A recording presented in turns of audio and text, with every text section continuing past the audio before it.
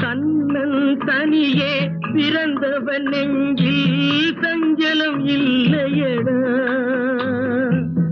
இன்னொரு உயிரை தன்னுடன் சேர்த்தால் என்றும் கொல்லையடா.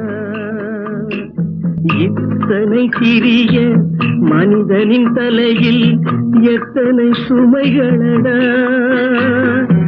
20 தொடங்கி 70 வரைக்கும் என்றும் மயக்கமடா. படைத்தானே படைத்தான் மனிதனை ஆண்டவன் படைத்தானே,